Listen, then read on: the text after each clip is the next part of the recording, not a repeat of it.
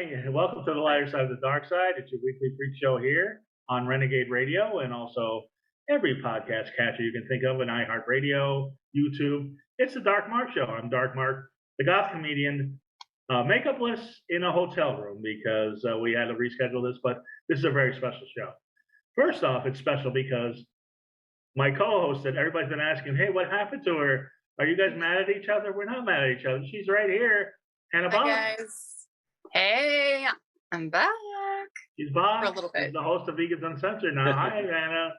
Hi. Just like old times, huh?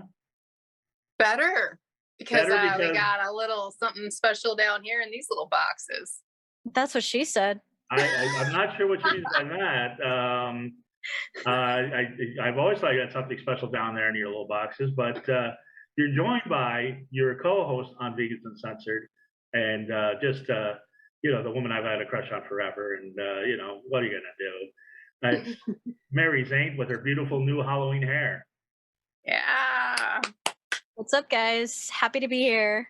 And I like that you gave that faux shocked look, like this is something you did not know.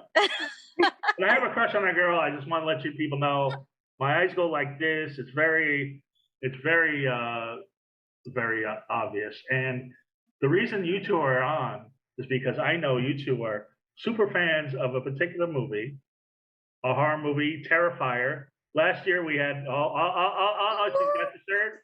And last year when Hannah was on the show, I asked what was her favorite horror movie, and she said Terrifier. And here we have Art the Clown himself, David Howard Thornton. Yay! Hi, David.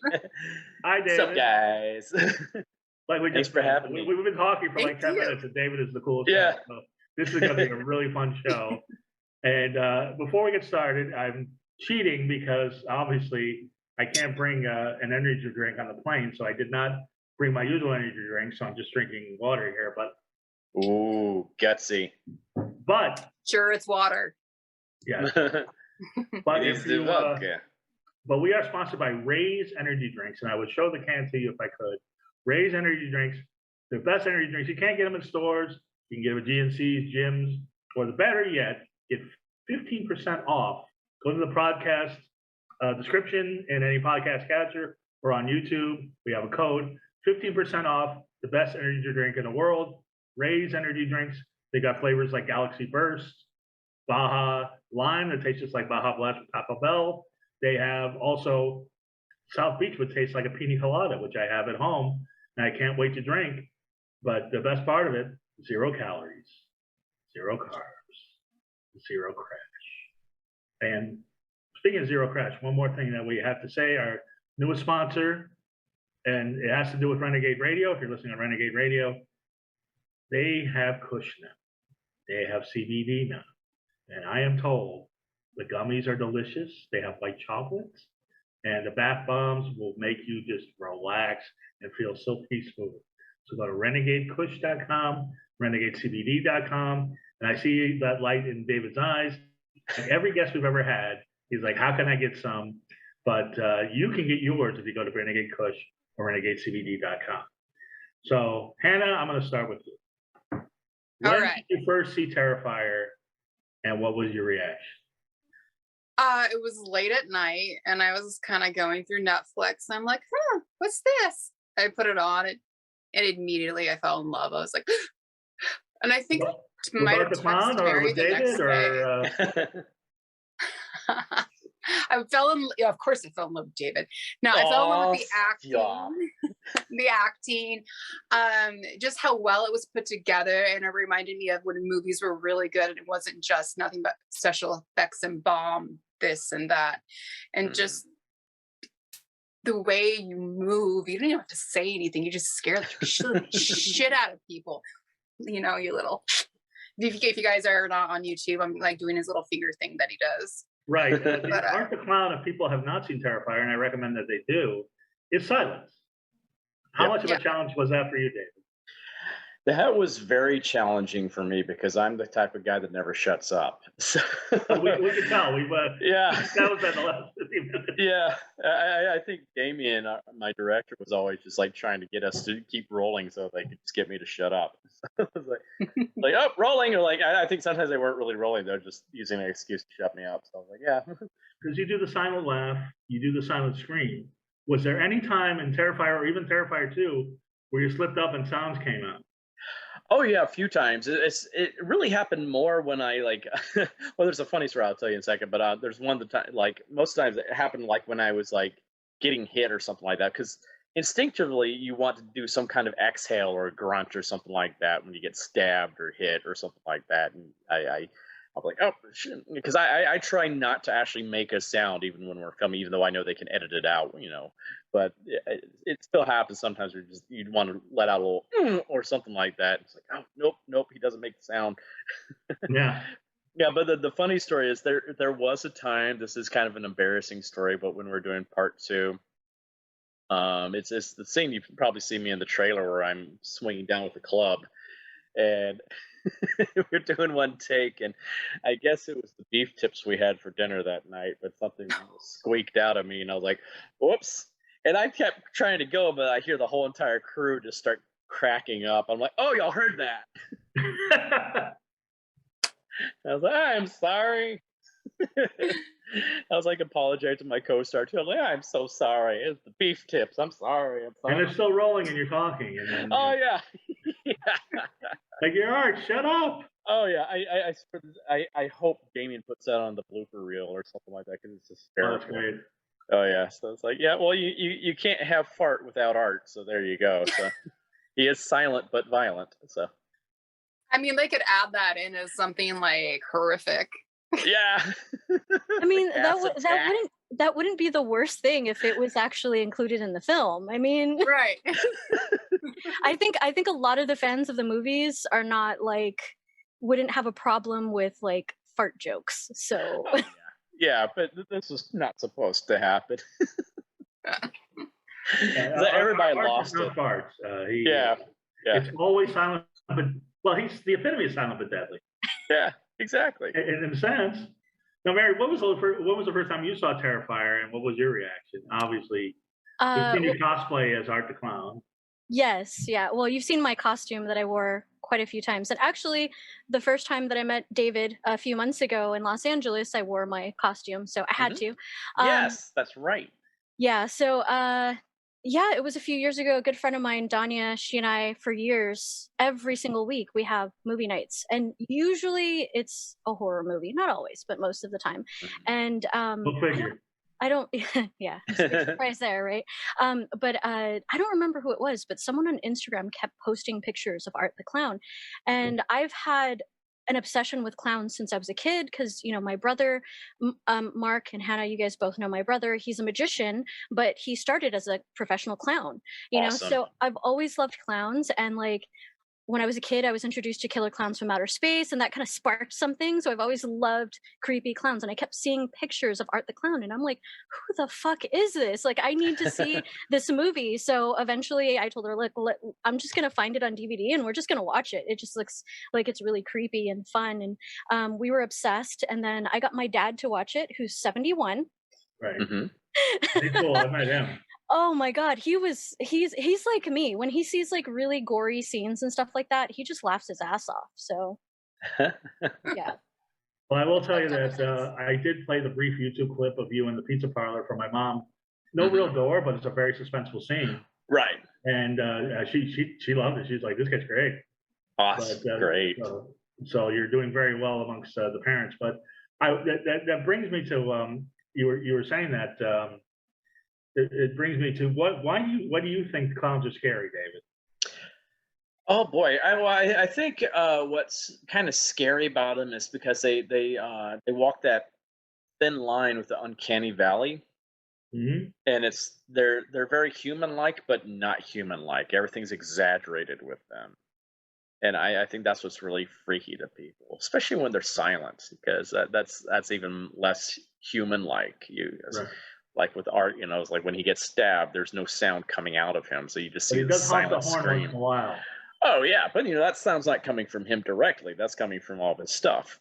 Well, I was doing the honk the horn, but apparently it's everywhere else. But the other question was, and this is my experience too. I had a similar experience with Mary. Is that people are aware of Art the Clown that have not seen the movie. Art the Clown's everywhere. Yeah, it's kind of crazy. I've noticed that when I go to conventions now, there's like so many vendors that have artwork of art, and that's really cool. And I see all these other vendors that have our Trick or Treat studio masks and all that kind of stuff too. It's very surreal. I mean, you've become like people have been for years trying to get a new Freddy, new Jason, new Michael Myers, and this little independent movie pops up, and you're everywhere. Go figure too, because it's like there's so many scary clown movies out there too. So for us to stand out like that's really cool. And like it basically it's just us and killer clowns and of course it. Yeah, I mean, people think there's a whole like Art Pennywise. Apparently, because the newer It's and Terrifier kind of came out around the same time. Right. Yeah. So there's a whole rivalry now. A lot of Art Clown fans are like, fuck Pennywise and vice versa. I love it because that's the thing Damon intentionally did with his creation of Art when he was creating the character. He's like, well, he's coming up with a clown character. It's like, well, how do I make this clown character? It's like, well, let's first of all look at Pennywise. Now let's make Art the complete opposite of Pennywise. So he doesn't have hair. He's black and white. He's completely silent. He uses props. That's why he did that. He's like, let's make him the anti-Pennywise that way. Right. Yeah, and I personally think you blow every horror character out of the water. Oh, thank you. That's Michael saying Myers, a lot. Everybody. Because I personally, I think Freddy's my favorite. I consider Art to be the bastard child of Freddy Krueger and Harpo Marx. So I mean, it might be a little difficult because Freddy, he's kind of a smart ass. Maybe you can just do some props with him when you guys joke with each other before you kill someone. Oh yeah, that would be great. That would be great. That would be a fun crossover movie. Yeah, Art versus Freddy. Versus Art. Yeah. Oh, that would be just that'd be stuff of dreams. WatchMojo.com listed Art the Clown as the third scariest clown of all time. A movie clown, which is pretty great for an independent movie that never got released to theaters. Yeah. The only two that are above you, which Pennywise is number one, and you can't really argue with that. He's the most popular. Oh no. The clown for Poltergeist is number two. I didn't even remember there was a clown in Poltergeist. I didn't remember that. Wait, wasn't it a doll? The doll, yeah. It's not even like the character. Oh yeah, that thing's adorable. And then it strangles. Scary about him. Well, we think you're adorable, Art, too. So we're like, oh, look at him with this little hat. And then he kills you. Yeah. Because you touched the hat. You don't touch the hat. But here's the weird thing. You were not the first Art. No, I was not. Our first Art was Mike Gianelli, who was Art in All Hallows Eve and the original short film Terrifier, Night Circle. Right. Yeah. How much of his performance, because I tried to watch All Hallows Eve. I had such a busy week. How much of his performance is still with you? I mean, I took a lot from like what he was doing, especially the silence and all that kind of stuff, some of the mannerisms. But I decided to tweak it some. I decided to make it more clownish, add more of the physical aspects to him. And I wanted to instead of doing the simple wave like everybody else does, especially like Pennywise, I wanted to do like a creepier wave with the fingers more involved instead of the whole hand waving and stuff like that. And I just I wanted to add more of the humor to the character as well, because he is a clown, so he's got to be humorous. But how I look at it is like how other clowns are, they're trying to be funny to bring amusement to other people. He's being funny just to bring amusement to himself. Right. And obviously, you've probably been asked this a million times. When's part 2 coming out? No, not that one. Your movements. That too. Yeah. Your movements. Did you study any like kind of jujitsu or just what did you study to have his movements? They're just so peculiar, and you just don't see them on anybody else. Well, I've been basically a lifelong student of like physical comedy and like clowning and stuff like that, because I like my parents and grandparents gave me a great education in film, starting off, the old silent film era, like, Chaplin, Keaton, Marx Brothers, Laurel and Hardy, all that kind of stuff. But also my aunt gifted me a box set of video cassettes when I was 13 of Mr. Bean. And I would just watch those over and over and over and over and over because I love that style of comedy, that silent, mischievous type of character. And I was like, oh, I'd love to play a character like this one day. So I really took that into consideration. So when I started doing a lot of community theater, I did a lot of children's theater, especially when kids are more into physical comedy than they are into the verbal comedy. So I really was fine tuning my skills doing all these like children's shows. And then I was lucky enough after I moved here to New York, I toured with How the Grinch Stole Christmas, the musical, for 5 years. And I was understudy for the Grinch. And our Grinch was the amazingly talented Stephen Carl, who was Robbie Rotten on the show Lazy Town. And Stephen was actually professionally trained in clowning and physical comedy. And so he was able to take what I had done and he would give me pointers on how to fine tune my skills. And so it was like I had basically 5 years of a master's class with like one of the best in the business. And so when I went into doing art, I had just done my last year of Grinch the year before, so that was very fresh in my mind. And so I just added a lot of what Stefan was doing with Grinch and Robbie Rotten into the art, and I just kind of mashed all my life experience in with that too. That's, like I said, I wanted to bring more of that aspect too of the clowning of that character to art, because I think it makes him a little bit more interesting instead of him just being your typical silent character where villain that just goes around just killing people. I think it's kind of fun having a little bit of wink and nod to the audience and a little bit of theatricality to him. I think it makes him stand out a little bit from everybody else. Your performance and the direction is what separates it from just any old horror movie, no matter how bloody it is. But what I was interested in when I was researching you is, everybody thinks that you're like an overnight success, I'm sure, but you've been working your ass off for 15 years. Yeah. Terrifier was the role after 13, 14 years. You were waiting tables until you got that role. Yes. I was doing odd jobs here or there all around Manhattan, a lot of off-Broadway shows, did a lot of voiceover work for like animated shows and video games and stuff like that. So that was my thing, was doing voices. That's what I do. I do over 200 voices. Right. About 20 different dialects, but I'm known now for being silent, which I think is ironic. That's very ironic, because I saw your YouTube tape today of the, was it 100 impressions in 10 minutes? Mm-hmm. Very impressive, although you did James Stewart and a couple other things, but that's 10 years ago. It's neither here nor there. Yeah. But a lot of cartoon impressions. But I heard that you almost became the new Jim Carrey, not just the Grinch, but on Living Color, you had auditioned and they liked you. Yeah, that was like years ago too. Is they had actually seen my impression video, and I had just gotten off touring with Grinch, I think my second year or something like that, and they sent me a message like, "Hey, apparently the producers there at Fox saw my impression video. Like, have you ever thought about doing comedy?" I'm like, have I? And they said that, the Marlon Wayans was very interested in me for basically the Jim Carrey tract and what they were trying to reboot in Living Color at the time. And so they wanted me to just throw together a reel of a bunch of characters.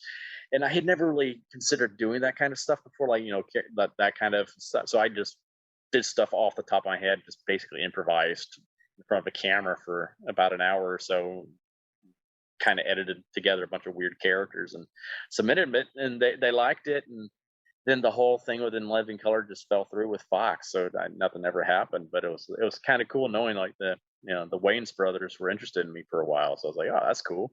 Yeah, they crush you, because tall, skinny guy who does impressions, great with physical comedy. You could have been the new Jim Carrey. Oh, it's been great. Oh, I was so upset that all that fell through, because I was so stoked, because I grew up in Living Color. That's I remember when Jim Carrey was just known as the white guy. So it's like I used to as James Carrey on the show. Yeah. Oh my God, I love him.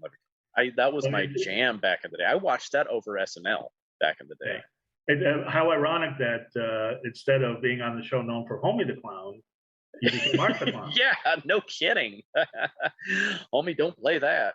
Yeah, that would be great. If we can get Damon Wayans and you in the same room. Oh my God, that would be hilarious. He just comes over and baps me in the head. And then you give him one of those like really slow, like. Yeah. Things. Now, Mary, I know you have tons of questions. Please. Any questions I have a list. Oh, please! I know. I tend to talk and talk. I know. Shut up. Mary. I'm kidding.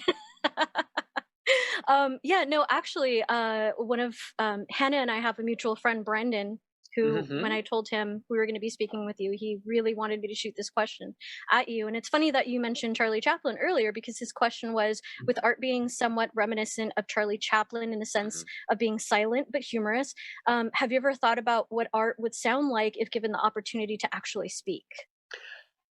Oh yeah, I thought about that, and it's like I think it would be funny if he just sounded like a proper British gentleman. I think that would just be hysterical. It's like just some weird voice. It just like, because everybody would expect some kind of creepy voice or sinister voice to come out. I think it would just be so funny if it's just like, hey, hello there.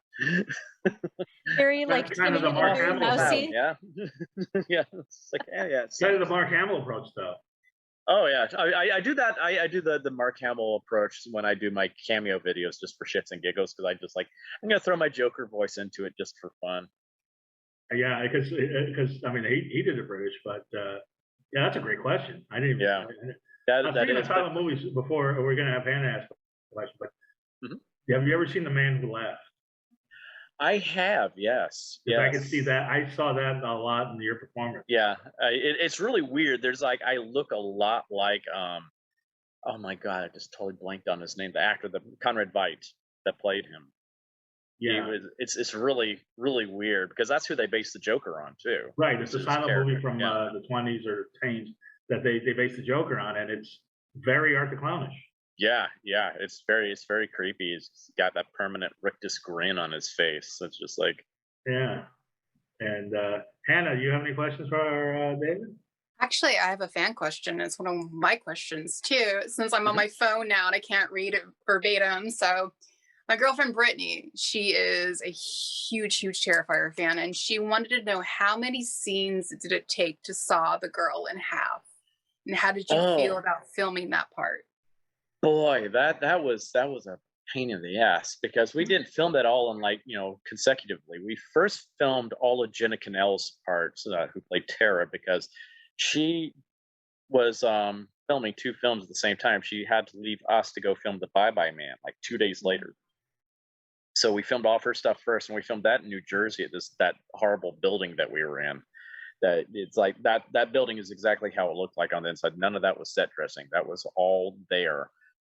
But so we filmed that stuff first, and then we had to change locations due to some drawbacks, and we filmed the rest with Catherine and the silicone body that I actually cut through on Staten Island back like in January. And that was miserable because it was so cold there. There was no heat or anything like that. It was 20 degrees night that Catherine was having to film, and she's doing extremely exposed, covered in blood. So that's even worse for her. And it was, I don't know how many takes it took, because we can only film with her 30 seconds at a time, because it's so dangerous to put a human being upside down like that in an extended period of time. So we'd have to we'd film for 30 seconds and swing her back up, let her rest, and do it again and again. So that was very stressful, very stressful night. All of us were really concerned about her well-being. So that was like probably the one night on set no one was joking around, because we knew how dangerous that was.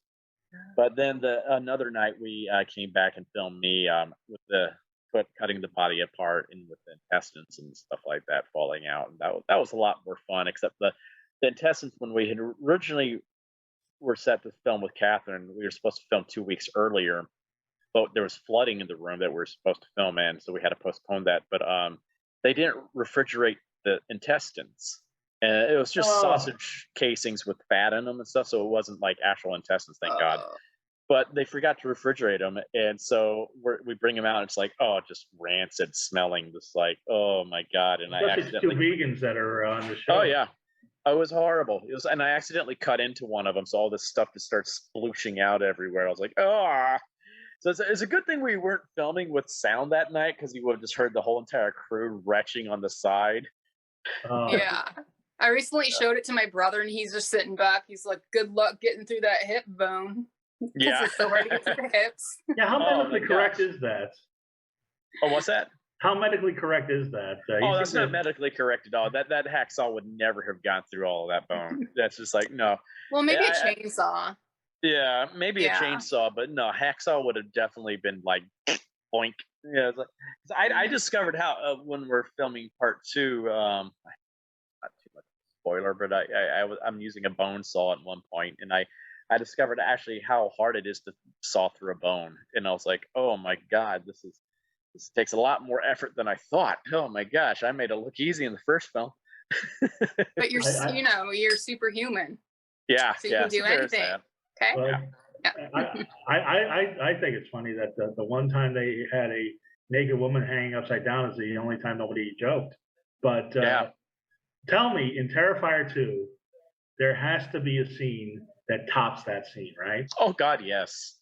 Oh God, I know you can't tell us what it is, but this is going to make that look like child's play, right? And I will say, in a weird way, COVID kind of helped us with this, because what we had originally written was really good, and we had already started filming that right before COVID, and then COVID hit, the lockdown hit here in New York, and so we're like, well, now we have more time to actually make all the prosthetics.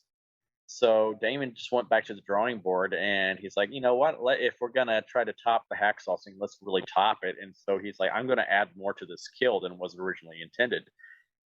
And what we had already filmed was satisfactory. It was just the beginning of the kill. And one of our crew members, who's a huge horror fan, had to excuse himself from set for the original stuff because he was getting woozy.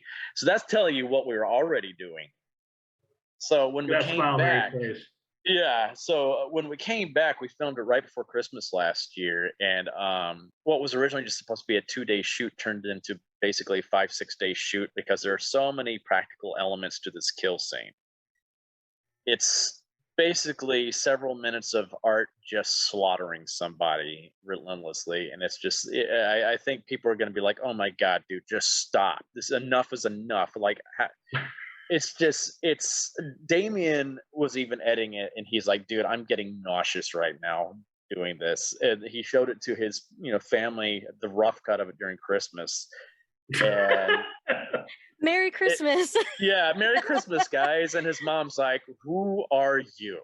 What is wrong with you? And she's the one that named him after Damien from The Omen. So it's like she was the one that introduced him to horror films as a kid. Oh, wow. For her to even go, dude, you're kind of going far with this.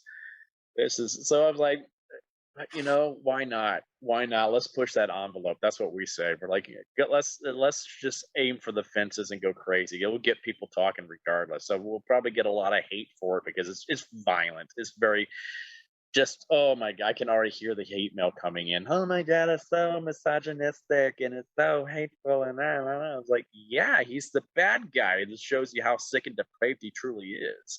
Hey, we're not trying to pussyfoot around it like a lot of horror films do now. We're going full throttle with it. Any publicity is good publicity for the film. They're going to be like, why are they saying this? I have to watch it. That's why people want to go see Joker, because they're just like, oh my gosh, this film's so controversial and violent and all that. And come on, complain some more. We'll rake in some more fans. Let's do this. That's what it does. It makes people want to see it more, because they're like, oh my god, I got to see what people are talking about. And like, all that stuff with the Joker, what they were saying is violent and gory. I'm like, oh, that's nothing. That is nothing compared to what we're doing. I hear like the new Halloween movie is a lot more violent and gory, and I'm like, hey, well, that's cute. We'll see. That's cute. That's cute. Adorable. It's funny because just you talking about it that way makes me excited and want to see it, because I mean, I think a lot of people who are fans of the movie to begin with are not are probably not like scared of horror movies to begin with, and probably not easily offended. But I mean, that sawing in half scene, I remember the first time we watched that, like I said, I was watching it with a friend of mine. It takes a lot to get a reaction out of us. I mean, at a very young age, I was watching like John Waters films and stuff like that, and seeing Divine eat dog shit. So it takes a lot to shock me. And I remember so much has already been done. Yeah, and I remember both of us yelling at the TV screen during that scene, and I think I was yelling, "Oh my God, they went there!" Like, yeah, it takes a hacksaw to the pussy to really do something. Yeah. No, Chuck and Mary. But I had the exact same reaction. I'm like, they're gonna cut away or something's gonna happen. I'm like, oh no, they're showing it. Yeah, that's what I thought too. I always call them my like Terrifier virgins. I'll have them come over. Why are you making me watch this? And like this, it's hilarious. Oh, so great! Even when I first read the script, all that description was in there about what he was doing, and I just assumed that was just for our sake, just to know what he was doing.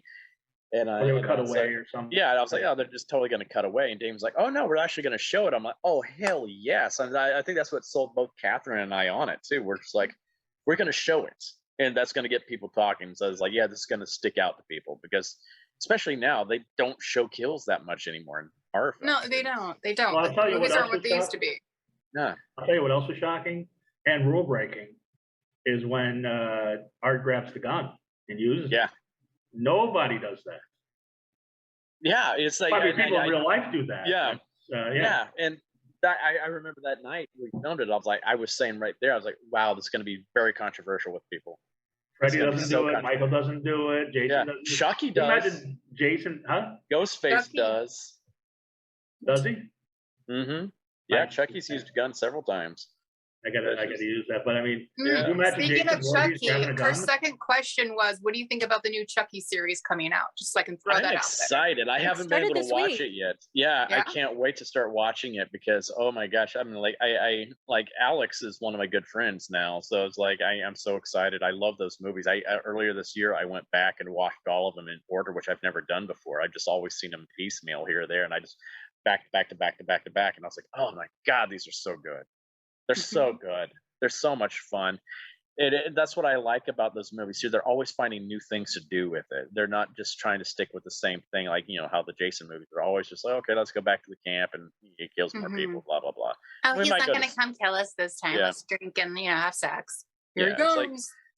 They were always evolving the Chucky series, doing new things with his character and stuff like that. So I'm very excited to see where they're going to go with this now too, especially after Cult of Chucky, all that stuff that happens to that.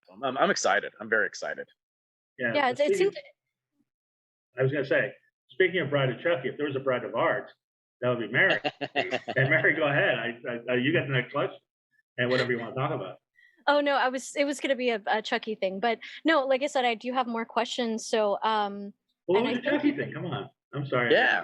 Oh no. I was just going to point out, like I've only watched the trailer. Obviously, I haven't seen the first episode yet, but I was just a little surprised because it seems like it's an older boy or a teenager that has the Chucky doll. So I'm like, how are they going to work that in? Because there was a scene where he looks like he's in high school and he has his Chucky doll with him, and I'm like, it's a little odd to see an older boy or a teenager. So I'm curious to see what they're going to do with the story. But also, I was pleasantly surprised when I was reading articles about the series that they're not really going to censor him, which is good, because Chucky has a potty mouth. There's a lot of fun, a lot of bitch, a lot of and so after reading that, they're going to have the same voice actor and they're going to not really censor him from cussing. I was like, okay, I can watch it. Yeah. Well, it's because. Brad Dourif. Oh yeah, Brad Dourif. Yeah. By the way, but that's the thing, they brought back basically. I hate Zoom. Here it is. I hate it. Go ahead, David. But they've brought back basically the whole, like most of the original cast and crew. I mean, they brought back Christina Lees, Alex Vincent, of course, Don's back directing it and all that. Brad's doing it. Fiona, his daughter's back playing Nico, and so it's just like. That's why I've got faith in it. It's the original crew's behind it, so it's still going to have the kind of love put into it that was in there before. So it's not gonna. It doesn't seem like it's going to be some simple rehash or reboot or something like that. Like the Scream series, didn't they have one of those? Yeah, I actually kind of like the Scream, like especially the third season. I like that one because that more felt like Scream. But I'm excited about the new Scream, like the new movie coming out next year too. Go ahead, Mary. What was your question? It's funny because during these conversations, some of the stuff that I was going to ask was already covered. So I guess the only other question was, like while you were reading the script, were there, I know you talked about that where you were like surprised that they were going to actually do it, but were there any scenes in there that made you kind of think about it later and be like, maybe I should reconsider this, or maybe this is a bit much, or how is this going to potentially impact my career, that sort of thing? Not really, because I'm like I like playing villains, and that's what I liked about this script, that it was being very gutsy. Because I'm a horror fan myself, and I've gotten kind of tired of all the watered down, sugar coated, horror films, especially slashers in the past decade or so. They've been just playing it safe. I'm like, no, like horror is supposed to be like horror and comedy, the two genres that are really supposed to be pushing the envelope, and both have been playing it so damn safe this past decade or so. And it's like I think especially comedy has been dying because of it. Everybody's worried about pop culture in general. Yeah, and it's killing comedy, it's killing horror. I hate it. And I'm like, let's bring both back in our own twisted way. Now, when you auditioned for this, how scary were the other guys? How creepy were the other guys watching this? I have no idea. Oh, you went by yourself? Yeah, I went in by myself. I have no idea who else auditioned for it, how many other guys auditioned for art, what they did. I have no idea. So it wasn't like a cattle call with like a bunch of people in the room, because auditions, you're sitting there with 20 guys that look exactly like you. Yeah, it's like when I went in, most of the other actors I saw there were for the female parts, and so I didn't see any other guys that were there for art. But I imagine they came because we all had our own time slots to come in for the audition. So I guess they're calling in at different times during the day and stuff like that. So smart. You don't want to have that many, serial killer clowns in a room at the same time. Oh, probably not. No, that's not a good idea. But, or maybe you do. Well, maybe Mary does. And what scene did you pick to do for your audition? There wasn't a scene. I had no script. Okay, I went in there totally blind. It scared the crap out of me because I saw everybody else's scripts, and I was like, oh my God, my agent screwed me over. Because I had never auditioned for a feature film before. So this is my first big feature film audition too. And I was like, oh my God, no. So they called me in the room, and I even apologized. I'm like, I'm so sorry, I never got a script. I'm like, oh no, you don't need one. Art doesn't talk. I'm like, okay, so what do you want me to do? And they're like, well, just improvise a scene where you decapitate a guy and you do it really like you're excited about doing it. I'm like, okay. And that's all I was given. They're like, and go. And I just did this weird scene where I don't know where it came from. I just let myself just go. Even the guy you decapitated the week before. Yeah. So that'll be a joke, Mary. He didn't decapitate anybody in real life. Well, it's not a great joke, but it's what I got to do. You tried. I tried. Gold star. David, it takes like 3 hours to do the makeup. Yeah, it takes about 3 hours. It's we've gotten it down a little less now because we've gotten used to it. And like sometimes Damien's able to prep the mask beforehand and put all the paint on it, so it makes it a lot easier. But it takes a while. It takes a little while to take it off too, because there's all that like glue likes to stick. But we recently transitioned. I'm hoping we're gonna do this for part 3. Is use a foam latex mask instead of this gelatin mask, because the foam latex holds up so much better, because the gelatin likes to disintegrate because the teeth make me drool a lot. Mm-hmm. And so my mouth gets ruined very easily and doesn't stick. And so there's also sometimes you might see back behind the scenes photos of me with Q-tips in my nose. And it's because I would put those up my nose to stop them from running into my makeup, because that would destroy my upper lip and everything like that. So, but like with the foam latex, that's not a problem. It's just it adheres very well and doesn't fall apart. And when I take it off, it takes most of the glue off with it too, which is great. So I'm like, the only problem with foam latex, it takes longer to make those masks because you have to bake them and stuff like that. So we're hoping like part 3 will have a bigger budget so we can actually do that with the masks this time. I think we'd all be very happy. So Damien's not having to touch up my mouth every 5 minutes. And what's in the mouth? So you're saying there's going to be a part 3? Yeah, we totally intend to make a part 3. Yeah, it's just like come hell or high water. If we have to do another Indiegogo campaign again with the fans, we'll do that. Yeah. So what's in the mouth? What's in the? I wear prosthetic teeth. I mean, it's as the character. Well, I mean, because obviously you brush and floss. Like, what is how does somebody's teeth get that bad? I guess just what's the thinking behind that? Yeah, it's just like bad dental hygiene. It's just yeah. It's like when you don't take care of yourself. I mean, I guess he's wiping his shit on bathroom walls. I guess he's not the most senior person in the world. Oh yeah, the dude doesn't take good care of himself at all. That's the part my grandpa threw a fit about. He's just like, just because they didn't want to serve him, he didn't have to go back in there and do the dookie on the wall and kill him. That was rude. Yeah, that's exactly what he is, though. That's why it's like, God, because waiting tables. I've encountered that kind of stuff in a bathroom before. I was asked one time, just like the poor guy, he's like, go clean that. I'm like, no, I am not cleaning that. I have to carry food out to tables. That's unsanitary. Send someone else in there. This is, this is not, I don't get paid enough to do this. So nope. Pretty much what the guy said on the movie too. Yeah, exactly. That's why I love that line. It's like, I have said that exact thing. I am not paid enough to do this. No, fuck you. Mm-hmm. So Mary, when you were cosplaying, this? Oh god! Like who? How did you? How? I mean, I've seen that where I'm like, they didn't write their name, but like there was shit on the wall. I'm like, how did you do this? Yeah, I mean, scooping and I don't know. I don't know. You take your finger and yeah. It's like grown ass adults do this stuff. It's just like, what is wrong with people? And let's be honest. And I know it was for a fact, but nobody shits that much. That was a lot of shit. You'd be surprised, you have some Mexican in you, and it's just like take too many laxatives, Yeah, I mean, I used to wait tables at Denny's. I have also encountered shit on the walls. Not that much that you could write. I mean, he writes like a whole paragraph on the wall, and then there's left over, and that's smeared on the walls. I'm like, come on. 407 years ago. Even grandpa doesn't shit that much. Seems a little 3D. It pops out at you. Yeah. Mary, when you were cosplaying, and you met David at the convention, which I didn't know. I wish you would have told me that you guys had met before. Oh yeah, just briefly. Was he in costume? No. Oh, you did have the little hat on.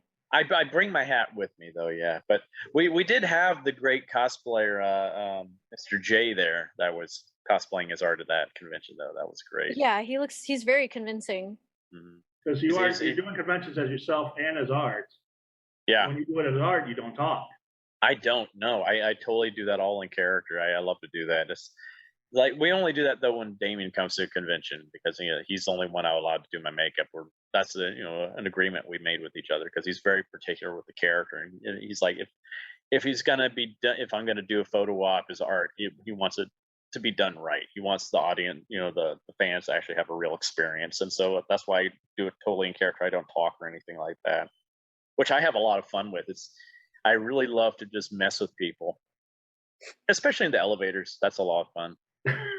Because sometimes you just get stuck in there with people that have a huge fear of clowns. And elevator stalking. Oh yeah, it happened one time where the elevator got stuck, and I'm like, oh, and I had my horn too, so I was like, the best thing. What do you think clowns is scary? You're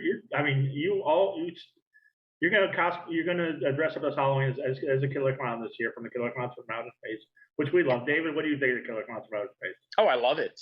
Love that movie. Such a great movie. I know you're obsessed with clowns because your brother has done some clowning and everything else. But why do you think people are afraid of clowns? Because I never got it. I have no idea. I remember being a teenager and randomly walking into a Hot Topic, and there was this shirt that said can't sleep, the clowns will eat me. And I thought that was really funny. And I think that was the first time that I ever kind of really noticed that some people don't like clowns, which I've always thought that was really, really weird. Especially vintage clowns. If you look at them now, they're creepy as fuck. Oh yeah. They're very creepy. Yeah. I think they're adorable. I think they're cute. I think they're funny. I personally don't understand why anyone would be afraid of clowns. And sometimes I think people say it just because it's kind of the cool thing to say, or the trendy thing to say. Phenomenon. I don't know. I don't always buy the whole I'm afraid of clowns thing. Hannah, what do you think? I just think some people are just afraid of their own shadow. Anything scares them. Are you afraid of clowns, Hannah? No, there was one point when I was little. That's just because I went to a circus for the first time and I was probably 6. And a clown came up to me because I was like, "You guys are stupid. They're doing all these things." I wasn't impressed. And he slapped my hands together to make me clap so hard they turned red. Yeah, so, wow. That's I didn't like them for a little bit just because of that. Not because child of abuse. the aesthetic. Yeah, exactly. Not because of the aesthetic. It's just because of what they did to me. Child abusing clowns are not good. I mean, I did. Yeah, I'm not a fan of Class those. action lawsuit. Okay, all these years later, 30 years later. Come on, no. Yeah. I dated the clown. She was beautiful, and the only thing was when I took her home, she took her shoes off and her feet were normal size. I was disappointed. Other than that, it was great. But it's a true story. I did the Clown Monroe, rest in peace. But I'm not even a Catholic. I'm Buddhist. But David, you're a good-looking guy, and also thanks. no, but oddly enough, Bill Skarsgård, who plays the clown's a good-looking guy too. Yeah. It's so weird that they take these good-looking guys and just make them look scary as hell. So I love it. It's fun. I think. And Tim Curry or Bill Skarsgård? Oh God, like who do I prefer? Yes. Oh my God, that's a hard question. Anyway, just on principle because we're art clown people. But yeah, who do you prefer? I would say probably Tim Curry's because I think he's just like he's the OG one. Plus, I think he's just more charismatic. But I think Bill did an amazing job himself. I mean, he literally had big shoes to fill there for that role too, and he did his own thing with it. So that's what I thought was like the things that he was able to do with his body were really cool, especially with his eyes, how he can move his eyes independently of each other and stuff like that. So I have to hand it to him. He did a lot with that role. Yeah. Yeah. He did make it his own, and that's all you can do. I mean, you're not going to top Tim Curry. No. Yeah. So, but I was going to say you're not. It's not the only clown you played. You played the Joker. Yes. Typecasting in a Nightwing. Now, was this a fan film or was this was this? It was a fan series. Yeah, it's Nightwing Escalation. I was on the 3rd season. We never actually finished the series. I think like my last episode I filmed was like 5 years ago, almost 6 years ago now. It's just like, so it's this crazy. Was post-Terrifier or pre-Terrifier? It was actually I was cast as Art and Joker the same week. Oh wow! What a week! That was yeah. I was like the killer clown week for me. I was like, this is amazing. But yeah, Joker's always been my dream role too.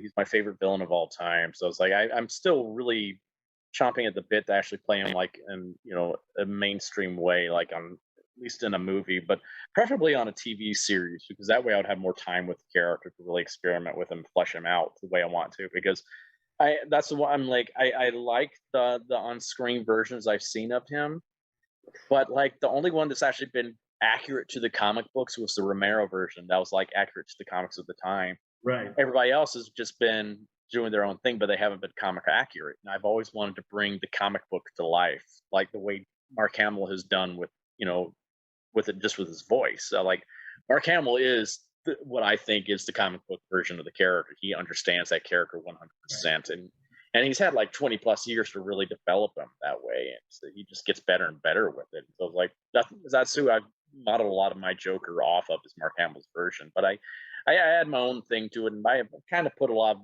other Joker versions into my character as well, just for homage and stuff like that. But I love the character so much. I think there's just so much to him, and I want to explore that. Films really never really get into the whole duality between him and Bruce Wayne. That's what it's the core, crux of that relationship between the two of them. I would love to delve into that. I'm putting it out in the universe. I think you would be a great Joker for Team Edward to face off in the new Batman series. Oh, I would love that. Going mano a mano, I think it would be great. First of all, I think he's going to be a good Batman. I think he would be fantastic.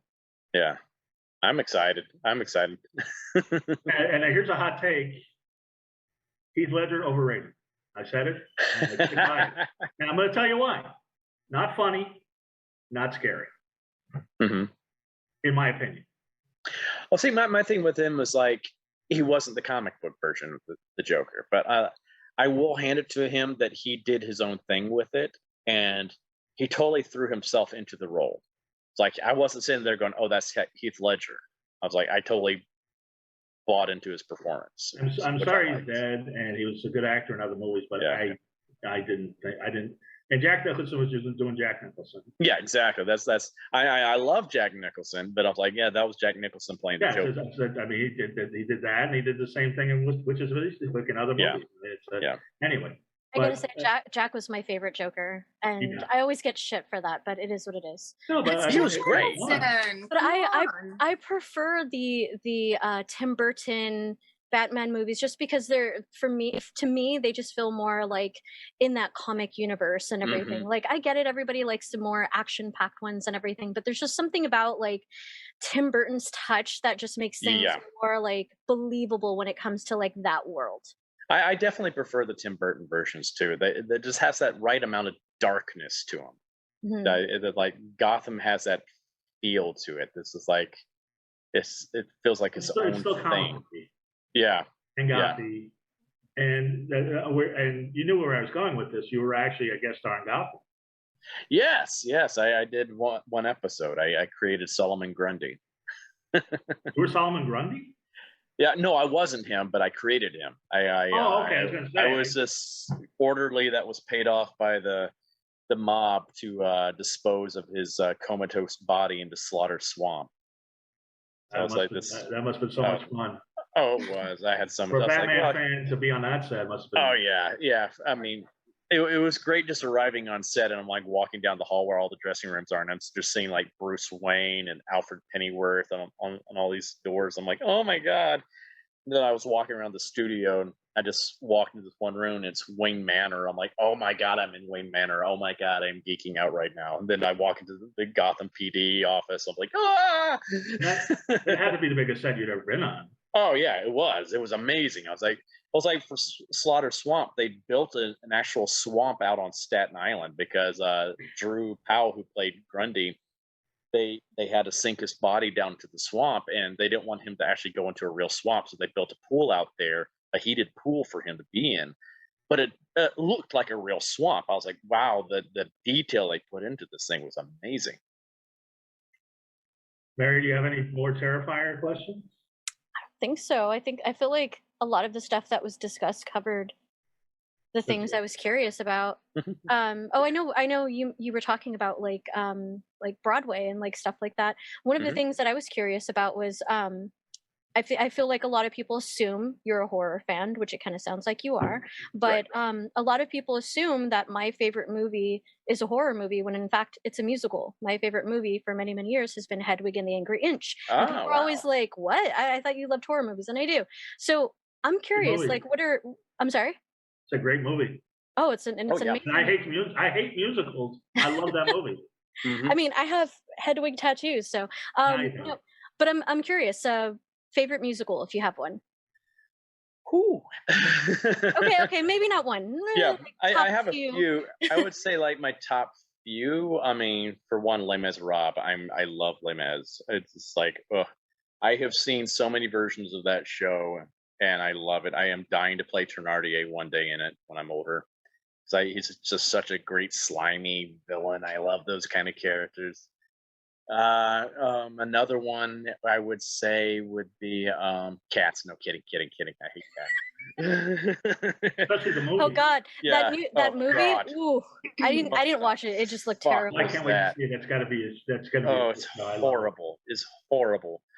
But also Jesus Christ Superstar is one of my favorites. I just love the music from that. I love a good rock opera. It's just like there's so many good songs in that. Little Shop of Horrors as well is one of my favorite musicals. I just that's like I would love to play Seymour in that or The Dentist. This is like, but there's some.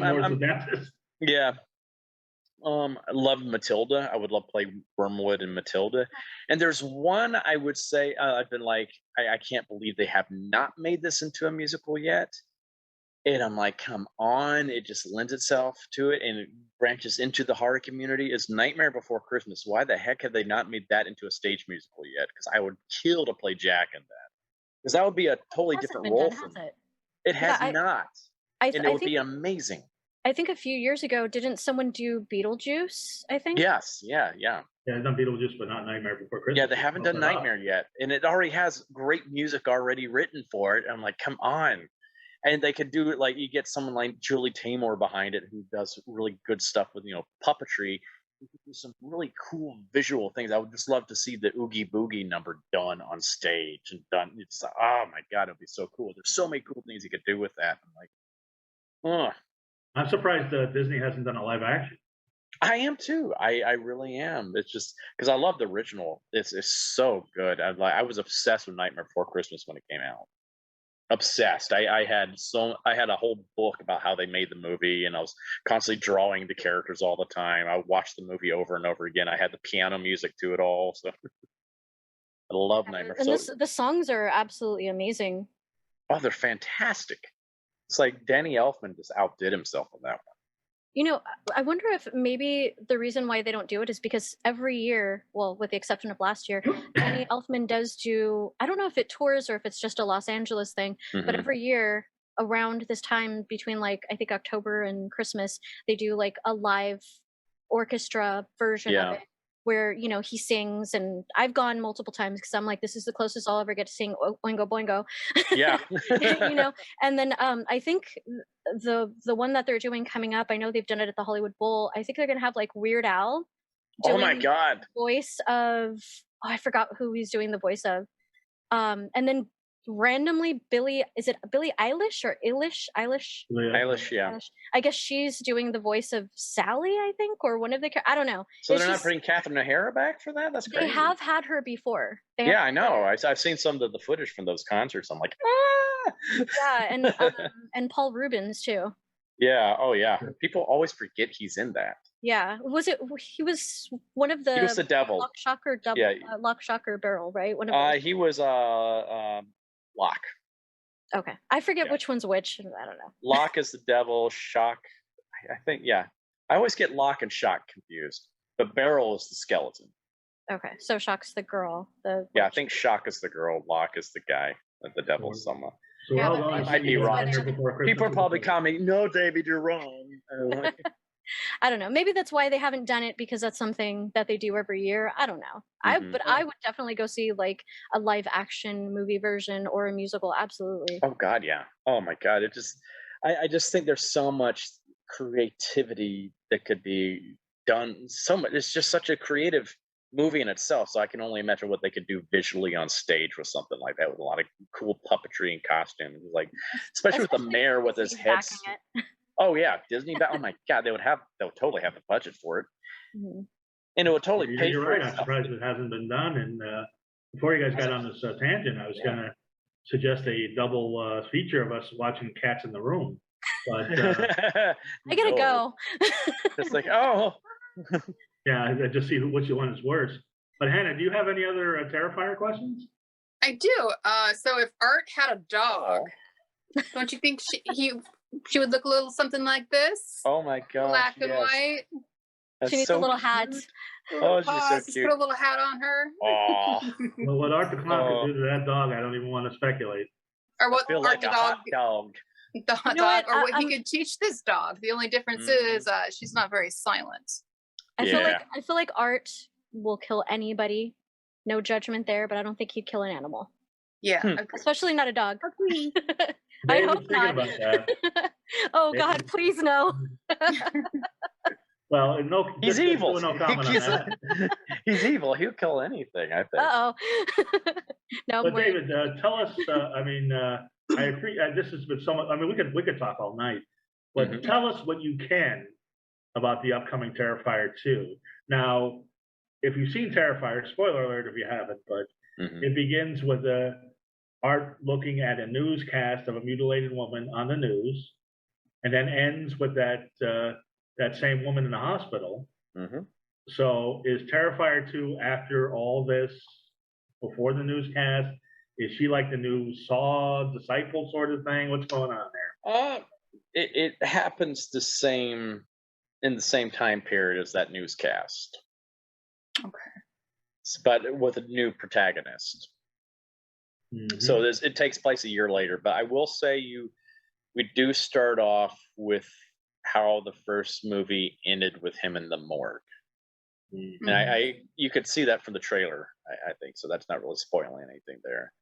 Right. But yeah, this new film is more concerned with this setting up this new protagonist for him, Sienna, and it deals with her and her family, her mom and her brother, who are not your ideal family, I guess. You know, they've gone through a lot of trauma and stuff like that themselves, and so it's you see the hero's journey with her character. You see her become this like very Ellen Ripley type of character by the end of the film, which is awesome. So it's just as much her film as it is Art's film, but that doesn't mean that Art's not in it.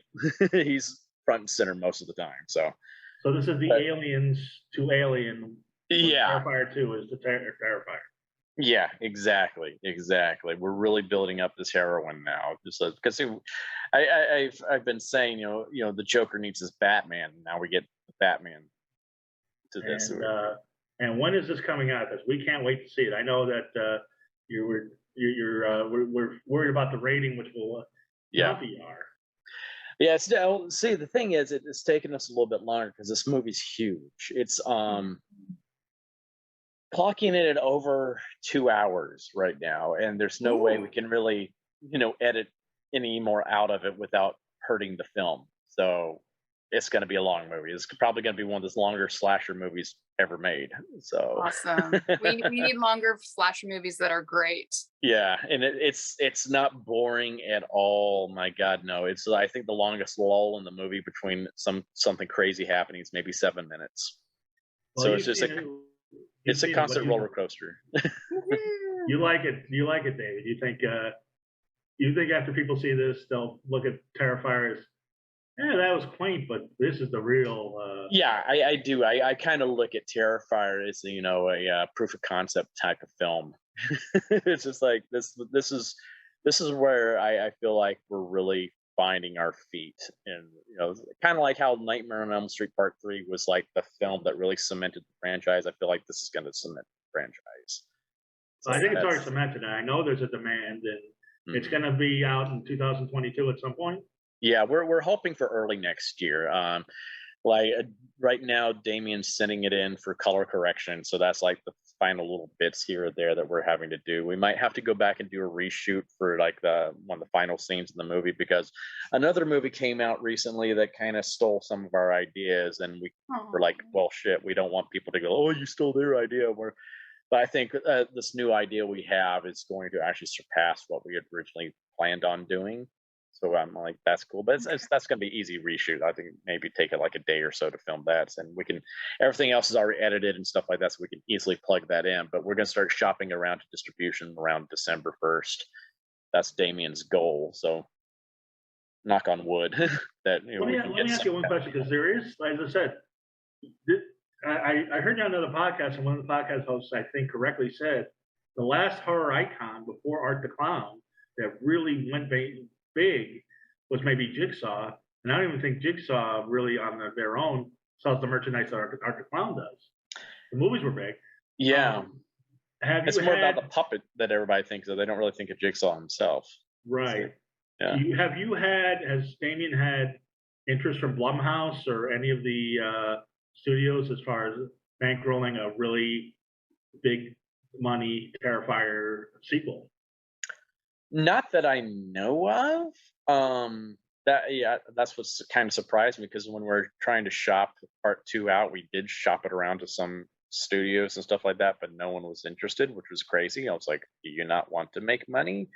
But I think it comes to like Hollywood is trying to play it safe. They are afraid of taking a risk right now on anything new, even though like Terrifier was so popular and stuff like that. But I don't know. I have no idea. But I'm like, who knows? Who knows what's going to happen after Part 2 comes out? I'm hoping that Part 2 is going to give this genre a swift kick in the nards that it needs right now to get it back on track. Because I'm so tired of these just pussified movies. I'm like, excuse my language, but it's just like, God. Profanity.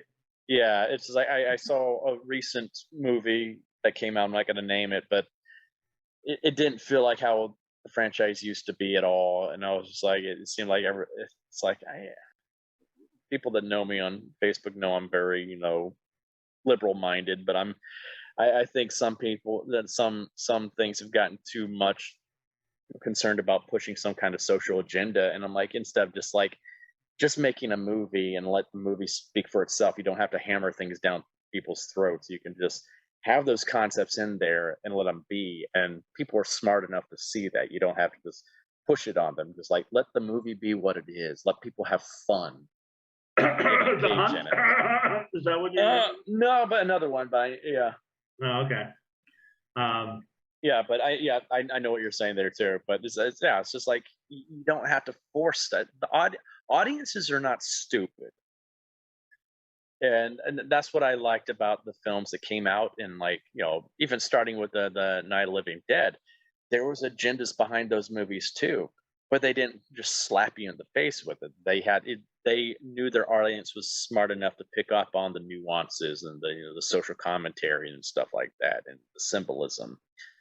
And they just set out to make a really good movie, to have fun with it and to entertain people. And I think that's what's been lost. Too many people are trying to push some kind of agenda, or like, this is what we have to hammer into people. It's like, no, you can still have those themes, but you don't have to just slap people in the face with it.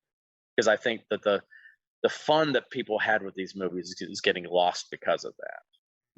Yes. Well, where does the time go? David, you're awesome. I had a really, I don't know about Hannah and Mary, but I had a really good time. But I'm going to let them, if they have one more question, go ahead and throw it out. Mary, Hannah, do you have any more questions? Mary, go ahead. I don't know. I don't think so. Hannah, get the dog out of the way. Let's. I don't think so either. Or have you ever thought about moving out to California here in LA? Are you a New York guy? I have been wanting to move out there to LA for forever. All right. Well, you have friends now. Yeah. Hey, I'd love to come out. We'll treat you to the best damn vegan food in LA. Yes, we will. We'll show you where the vegan food is. Yeah, oh, yeah. I would love it. I've been wanting to move out there for God knows how long. It just work keeps me here in New York, and I was like, if we're doing part 3, I'm probably gonna be here for that. But I'm also doing a new franchise too called Stream with a lot of the Terrifier team, and I'm if I survive this film, I can't say or not, but they're making more films, so like I might be staying in the area longer than I've anticipated. But I'm like, hey, if I can be bi-coastal, I'll be bi-coastal. I don't care. It's like I would love work to bring me out to LA. So hey, get me some jobs out in LA. I might move out there. There we go. We'll see what we can do. Yeah. Hear that, audience? Hear that? So two more things, and then we'll wrap it up. But what does it feel to be a horror icon? I mean, obviously people don't recognize you on the street, but or maybe they do. I don't know. Have you been recognized? People like Art the Clown? I know you. It's starting to happen now, where people recognize me, and it's still very surreal. It still hasn't really sunk in with me after 3 years. I was like, when I was doing a convention down in Atlantic City a few weeks ago, we were in a different casino getting dinner at one of these like nice restaurants and stuff like that, and there was this couple coming out of the elevator that had nothing to do with the convention, didn't even know we were in town for the convention, and they recognized me even though I was not in costume or anything like that. And I was like, wow, someone actually knows what I look like outside of makeup. That's amazing. And it's very surreal to walk around a convention. I hear sometimes overhear people, oh my God, that's Art the Clown. Well, I'm like, it's very surreal, because I used to be one of those people going to conventions as well. I was a fanboy. I still am a fanboy. And when I'm at these conventions, when I meet these other celebrities, I'm trying to internalize everything instead of going, and I'm like, inside I'm going, oh my God, oh my God, oh my God. I mean, you went from being a waiter to probably the biggest horror icon since Robert Englund. It's insane. And I'm actually going to be at a convention with Robert next week, and I'm like, he was at my very hard. We tricked it. Yeah, I did my very first convention. He was at that one, and Damien and I had a brief encounter with him. But I think we were so shy and insecure at that point. We just got so tongue tied. We're just like, "Hi, we love you." And, he made a movie too. And one more thing, and you may have to say something while you do this, but even without the makeup, can you give me one of those creepy art smiles?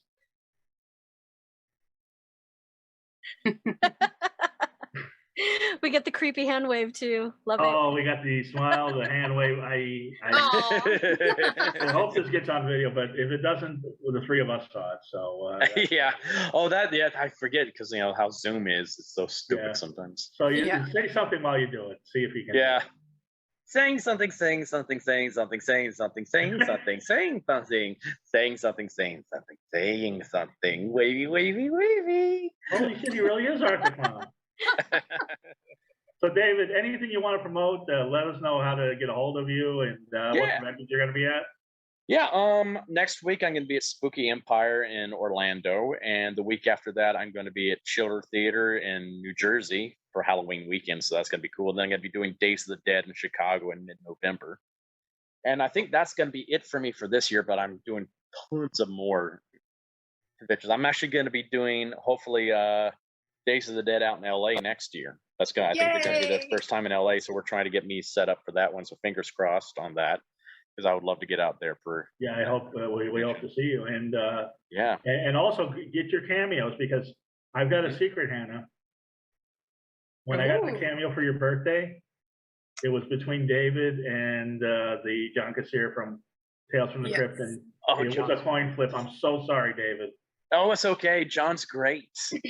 Well, I have a cameo from you. I have posted on my social media from Skunk. That's right. Oh my God, yes. Yeah. but I've seen the cameos that you do, and you do great cameos. So go on Cameo and get one from David. Someone order one for me, please. Mary needs one. I need one. When's your birthday, Mary? June. June. It just get it for Christmas, somebody. I don't do Christmas, but for this I would. It'll be Festivus. There you go. We will, you'll get one for next year. Well, thank you, David. Thank you for being on. Yes, Mary, thank you so much. You're Mary very and Hannah, welcome. Mary, tell everybody about Vegans Uncensored. Vegans Uncensored, we have taken a little hiatus, but we're going to be coming back within the next couple of weeks. So check us out at Vegans Uncensored on Instagram. You can find us on basically any podcast platform. We talk about all things vegan, our love for horror movies, basically anything we want to talk about. Yeah, exactly. Yeah, it's vegan centric, but they talk about a lot of other things. Mm-hmm. And Hannah, just how do people get a hold of you? No, go ahead. Yeah, we just not talk meat. about meat. No. I'm Hale. What's your Hannah favorite cut of prime rib? No. No, but what's your favorite cut of the Impossible Burger? Yeah, we talk about that. Impossible Beyond. You can get a hold of me at Hale Hannah Bakk. That's BAKK 666 on Instagram, or Hannah Bakk on Facebook. It's fine either way. Hannah, what's better, Beyond or Impossible? Mary? Beyond. Though it smells a little funky when you cook it. Made. Who makes it or how it's made. I like making Beyond at home better, but when I'm out, the Impossible is pretty good. David, pro tip from me to you. And I think I had a Beyond Burger, and I thought it was great. But don't put a mask on and then belch in a mask. It's not a good thing. That's just from me to you. Anyway, I'm Goth Comedian on all social media. We've had a great time. David, you are awesome. And look out for Terrifier 2 in 2022. And everybody, have a wonderfully creepy week. Bye. Bye, guys. Bye.